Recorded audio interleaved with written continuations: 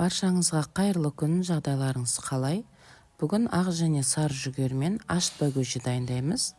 Алдымен ақ жүгерімізді жақсылап жуып, ыдысымызға саламыз. Содан соң сары жүгерімізді жуамыз. Сары жүгерін жуған кезде көп қалдықтар шығады екен. Соны ескере кетіңіздер. Содан соң үстінен көптеу мөлшерде су құямыз. Себебі жүгері көп суды тартып алады. Барлығын құйып болғаннан кейін мінекей бетіне жаңағыдай осындай сары жүгерден көп шығады екен. Содан кейін ситамен жақсылап тазалап аламыз қалғандарын. Оны жақсылап жүгері жұмсақ болғанша қайнатамыз баяу отта. Піскеннен кейін осылай сусын деп екі ыдысқа бөліп қойдым. Оның үстіне барлығына бірден айран қоспай, жартысын банкіге құйып холодильникке қойып қоямыз. Сол кезде ұзақтау шыдайды. Енді ыдысымызға айранды бөлек құйып аламыз. Себебі айран іртік болып қалса, осындай венчикпен жақсылап іртігін сұйылтып аламыз. Ал мен дәл осы айранды сүтті жылытып, қаймақ салып үйттім. Сондықтан осындай қою созылмалы болып шықты. Бұл әсіресе осындай ашытпа көжеге жақсы екен. Қою болып тұр, созылып, әдем болып.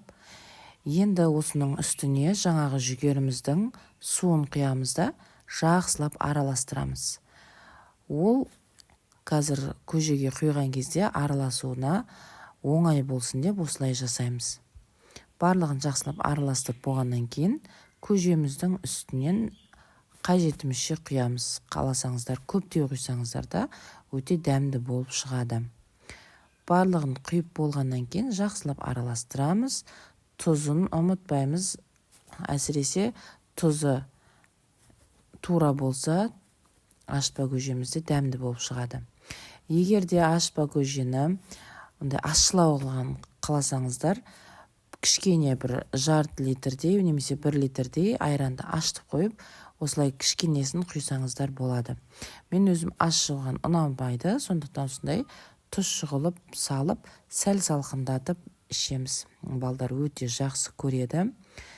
Мінекей барлығын жақсылап қозғап, құярдың алдында тағы да бір қозғап, ыдысымызға құйып, ұсына берсеңіздер болады. Ашытпа көжені перловкамен, күрішпен, бидаймен, осылай жүгермен жасасаңыздар да өте керемет болып шығады.